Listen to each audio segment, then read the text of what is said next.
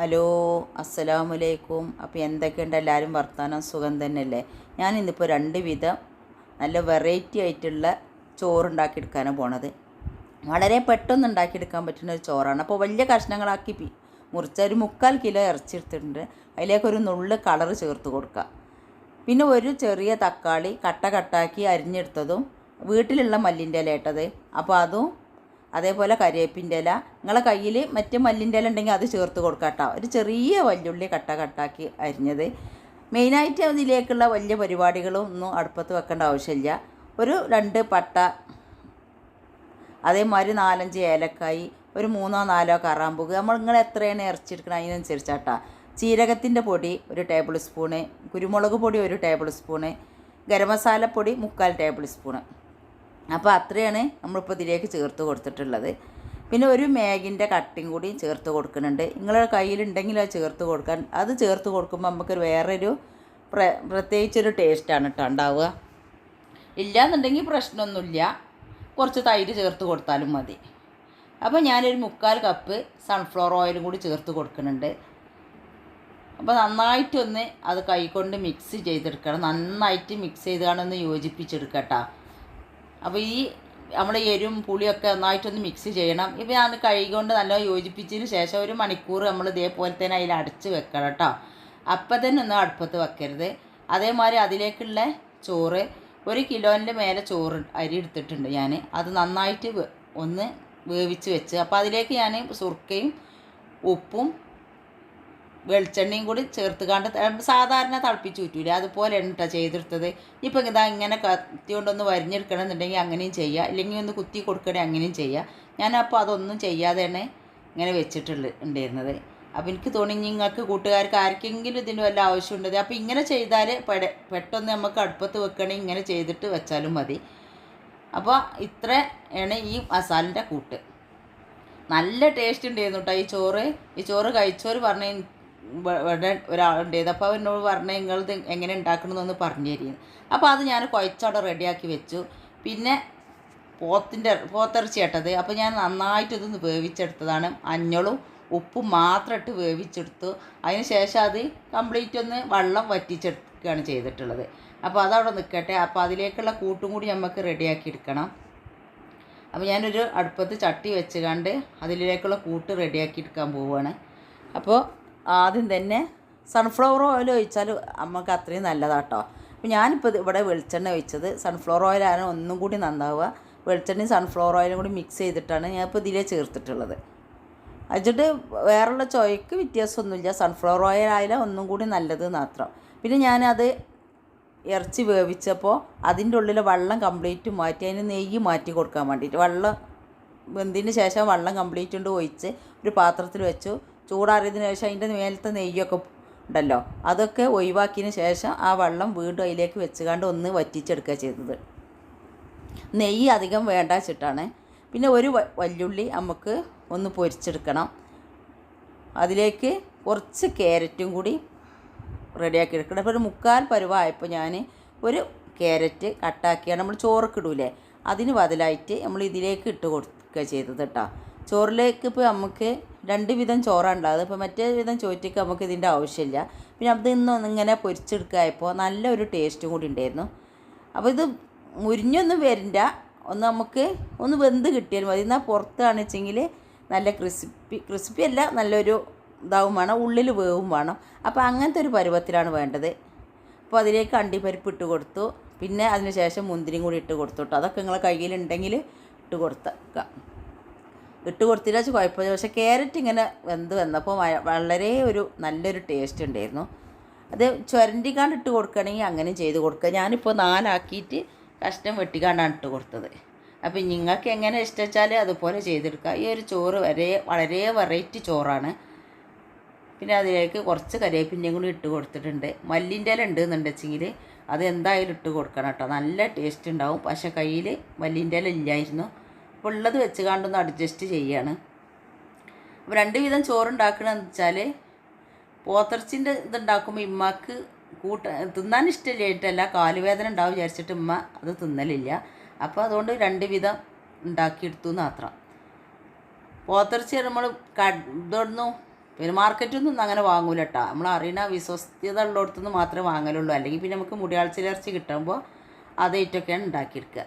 അപ്പോൾ ഞാൻ ചോറ് വെക്കാനുള്ള പാത്രത്തിലേക്ക് ബാക്കിയുള്ള എണ്ണ ഉണ്ടല്ലോ, അതായത് നമ്മൾ സൺഫ്ലവർ ഓയിലും വെളിച്ചെണ്ണയും കൂടി മിക്സ് ചെയ്തിട്ടുള്ള എണ്ണ അത് ഒഴിച്ച് കൊടുത്തേക്കാണ്. അപ്പോൾ അത് നന്നായിട്ടൊന്ന് ചൂടായി വരണം. അപ്പോഴേക്ക് അതിലേക്കുള്ള കൂട്ടുകളൊക്കെ കഷ്ണം ചെയ്യാനുള്ളതൊക്കെ കഷ്ണം ചെയ്ത് വെച്ചു. ഇനി ഇതിലേക്ക് നമുക്ക് ഒരു നുള്ള് പഞ്ചസാര ഇട്ടിട്ട് കൊടുക്കുന്നത്. ഇത് വളരെ ഒരു ടേസ്റ്റുള്ള സാധനമാണ്. അത് നല്ലൊരു രുചി ഉണ്ടായിരുന്നു. പഞ്ചസാര ആ ചൂടോടുക്കനെ ഇട്ട് കൊടുക്കും വേണം കേട്ടോ. ഒരുപാടൊന്നും വേണ്ട, നമ്മൾ ഒരു കുറച്ചിട്ട് കൊടുത്താൽ മതി. അപ്പോൾ അതവിടെ ചൂടാറി വരട്ടെ. അപ്പോഴേക്കും ഞാൻ ഒരു ഉള്ളി ഇതിലേക്ക് ഇട്ട് കൊടുക്കുന്നുണ്ട്. നമ്മളെ ചോർക്ക് ഇതിലേക്ക് നമുക്ക് മസാല വളരെ കുറവാണ്. അതേപോലെ തന്നെ നമുക്ക് ചിലവും വളരെ കുറവാണ്. നമുക്ക് മെയിനായിട്ട് കുറേശ്ശെ സാധനമുള്ളൂ. പിന്നെ സൺഫ്ലവർ ഓയിൽ കുറച്ചും കൂടി ഒന്ന് ഒഴിച്ച് കൊടുത്തിട്ടുണ്ട് കേട്ടോ. നമ്മൾ ബീഫിലത്തെ നെയ്യ് കംപ്ലീറ്റ് ഒഴിവാക്കിയത് കാരണം കുറച്ചും കൂടി ഇട്ട് കൊടുത്തിട്ടുണ്ട്. പിന്നെ ബീഫിലെ നെയ്യ് ഉണ്ടായിട്ടുണ്ടെങ്കിൽ ആ ചോറിന് ആകെ ഒരു ഒട്ടിപ്പിടുത്തേക്കാരം ചൂടാറി കഴിഞ്ഞാൽ. അപ്പോൾ എപ്പോഴും നല്ലത് ബീഫിലെ നെയ്യ് ഒഴിവാക്കുന്നതാണ് ഏറ്റവും നന്നാവുക. അപ്പോൾ ഉള്ളി ഒരു പാഫ് ഇതായതിൻ്റെ ശേഷം ഞാൻ അതിലേക്ക് ഇഞ്ചി വെളുത്തുള്ളിയും ചതച്ചത് ഓരോരോ ടേബിൾ സ്പൂൺ വീതം ഇട്ട് കൊടുത്തു. അതൊന്ന് ജസ്റ്റ് ഒന്ന് മുരിഞ്ഞ് വരണം. അധികം മുരിഞ്ഞ് ഡ്രൈ ആവുമൊന്നും വേണ്ട. ജസ്റ്റ് ഒന്നുകൊണ്ട് പച്ചച്ചോയ മാറി കിട്ടാറില്ല, അത് ചെയ്താൽ മതിട്ടാണ്.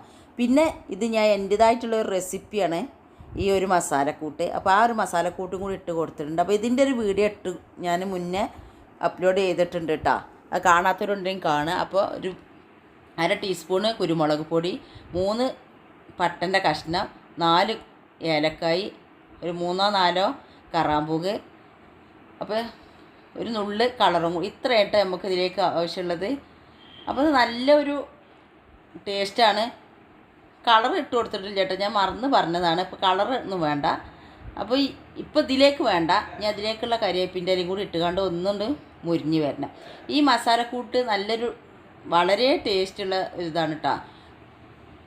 അപ്പോൾ ഒരു 4 പച്ചമുളകും 1 തക്കാളിയും കൂടി ഇട്ട് കൊടുത്തിട്ടുണ്ട്. അപ്പോൾ ഇതൊന്ന് വഴന്ന് വരും വേണം നമുക്ക്. അപ്പോൾ ഇതൊന്ന് വഴന്ന് വന്നിട്ടുണ്ട്. നമ്മൾ ആ ബീഫ് അതിലേക്കൊന്ന് ഇട്ട് കൊടുക്കുകയാണ്. ഇതിൽ ഇറച്ചി കുറവാട്ടോ, അപ്പോൾ എല്ലാമാണ് കൂടുതലുണ്ടാവുക ഉള്ളത്. അത് നല്ലൊരു ടേസ്റ്റ് ഉണ്ടായിരുന്നു. അപ്പോൾ വറ്റിച്ച് വന്നു. അപ്പോൾ ഇതിലേക്കൊന്ന് എരും പുളിയൊക്കെ ഒന്ന് പിടിച്ചിട്ട് നമ്മളെ മസാലക്കൂട്ടിൻ്റെ രുചിയൊക്കെ ഒന്ന് ഇതിലേക്ക് പിടിച്ച് വരാൻ വേണ്ടിയിട്ടാണ്. ഇത് 2 മിനിറ്റ് നേരം ഒന്നിങ്ങനെ ഇളക്കി കൊടുത്താൽ മതി കേട്ടോ. തീ വളരെ കുറച്ച് വെച്ച് അത് ആ 2 മിനിറ്റ് മൂടി വെച്ച് കൊടുത്തിട്ടുള്ളൂ. അപ്പോൾ തന്നെ നമ്മളത് തുറന്ന് അതിലേക്ക് കുറച്ച് മല്ലിൻ്റെ ഇല, ഇപ്പോൾ കാക്ക മല്ലിൻ്റെ ഇല കൊണ്ടുവന്നു കിട്ടുക. അപ്പോൾ ഇതാണ് മല്ലിൻ്റെ തണ്ട് ഭാഗമാണ് ഇതിലേക്ക് ഇട്ട് കൊടുക്കുന്നത്. അപ്പോൾ അത് നന്നായിട്ടൊന്ന് മിക്സ് ചെയ്ത് കൊടുക്കുക. ഇന്ന് ആ ബീഫിലേക്ക് നന്നായിട്ടൊന്ന് ചൂടായതിന് ശേഷം നമ്മൾ ചോറ് ഊറ്റി വെച്ചിട്ടുണ്ടായിരുന്നു. അപ്പോൾ ഊറ്റി വെച്ചുകൊണ്ട് ഞാൻ ചൂടാറാത്ത പാത്രത്തിൽ ഇട്ട് വെക്കുക ചെയ്തത് കേട്ടോ. അല്ലെങ്കിൽ അത് എന്താ വെച്ചാൽ വീഡിയോ എടുക്കായതുകൊണ്ട് എങ്ങനെ ചെയ്തത്. നമ്മൾ എപ്പോഴും ചൂടോടെ വെച്ചാൽ നല്ലോണം വെള്ളം ഉറ്റി പോവാത്തതിൻ്റെ മുന്നേ തന്നെ അരണമാർ ഇതിലേക്ക് ഇട്ട് കൊടുക്കണം. അപ്പോഴേ നമുക്ക് കുറച്ചും കൂടി ഒരു ടേസ്റ്റ് ഉണ്ടാവുള്ളൂ. ഇതിപ്പോൾ ഞാൻ എന്താ ചെയ്തു വെച്ചാൽ ചൂടാറാത്ത പാത്രത്തിലേക്ക് ഇട്ട് കൊടുക്കുകയാണ് ചെയ്തത്. എന്നിട്ട് അതിൻ്റെ ശേഷം നമ്മൾ പൊരിച്ച് കോരി വെച്ചിട്ടുള്ള ഉള്ളിയും സാധനങ്ങളൊക്കെ ഉണ്ടല്ലോ അത് നന്നായിട്ട് ഇതിൻ്റെ മേലേക്ക് ഒന്ന് വെതറി കൊടുത്തു.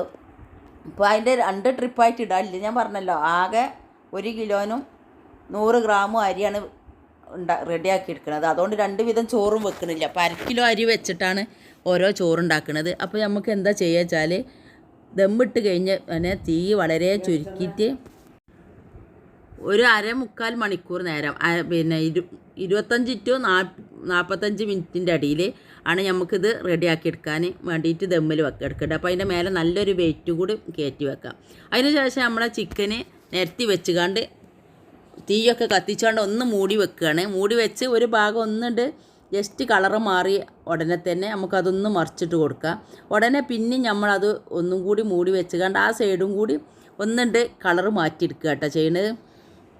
അത് വെന്ത് അലിഞ്ഞ് പോവണം എന്നല്ല. അപ്പോൾ ആ കളറൊന്ന് മാറ്റിയെടുക്കുക. പിന്നെ നമ്മൾ ബ്രോസ്റ്റ് കോഴിയാണല്ലോ, അപ്പോൾ അതിലുള്ള ഇതുണ്ടാവും. അപ്പോൾ നിങ്ങൾക്ക് ബ്രോസ്റ്റ് കോഴി ഇഷ്ടമില്ലാത്തവരാണെന്നുണ്ടെങ്കിൽ ഇല്ലാത്ത ചിക്കൻ വാങ്ങിയാണ്ടും ചെയ്താൽ മതി കേട്ടോ. നമുക്ക് ഇത് നല്ല ഇഷ്ടമാണ്. പിന്നെ ഇതിന് ഒരു പ്രത്യേക രുചിയും കൂടി ഉണ്ട്.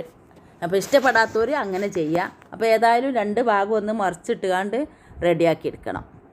അപ്പോൾ നമ്മൾ ഓരോ ഭാഗം ചെയ്യുമ്പോഴും മൂടിയിട്ട് കൊടുക്കുന്നുണ്ട് കേട്ടോ.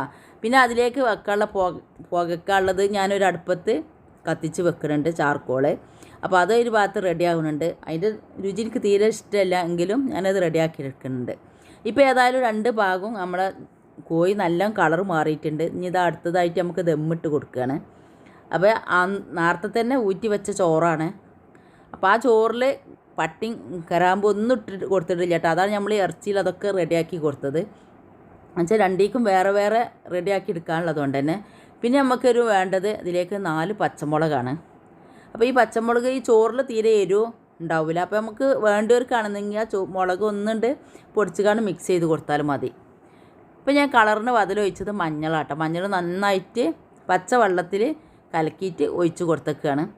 അപ്പോൾ ഒന്ന് നമുക്ക് ചാർക്കോൾ വെക്കാൻ വേണ്ടിയിട്ട് ഒരു പാത്രം വെച്ച് കൊടുക്കുകയാണ്. അതിപ്പോൾ എല്ലാവർക്കും അറിയണത് തന്നെയാണ്. അപ്പോൾ ഇതങ്ങനെ റെഡിയാക്കി വെച്ച് കൊടുത്ത് ഈ ചോറും തന്നെ നമുക്ക് കുറച്ച് സമയം നല്ല വണ്ണം ഒന്ന് മൂടിയിട്ട് കൊടുത്തുകൊണ്ടാണ് വേവിച്ചെടുക്കാൻ. അപ്പോൾ അതിലേക്ക് തുള്ളി എണ്ണയൊക്കെ ഉറ്റിച്ചുകൊണ്ട് അത് നമ്മൾ പുക പുറത്തേക്ക് പോണതിന് മുന്നേ തന്നെ അത് നന്നായിട്ട് ഒന്ന് മൂടി വെച്ച് കൊടുക്കണം. അപ്പോൾ 25 മിനിറ്റ് നേരം ഇതൊന്ന് ദമ്മിൽ കിടക്കണം. അപ്പോഴേക്കും നമ്മളെ ഏസക്കുട്ടി ഇവിടെ നല്ല കളിയിലാട്ടോ. അപ്പോൾ ഞാനെന്താ ഭക്ഷണം ഉണ്ടാക്കണ പോലെ അവൾക്കും പാത്രങ്ങൾ വേണം. അപ്പോൾ ആ ചെറിയ പാത്രങ്ങളൊക്കെ ഇട്ട് കൊടുത്ത് അവൾ കളിച്ചുകൊണ്ടിരിക്കുന്ന സമയത്താണ് ഞാൻ ഇതൊക്കെ ദമ്മിട്ട് വെച്ചത്.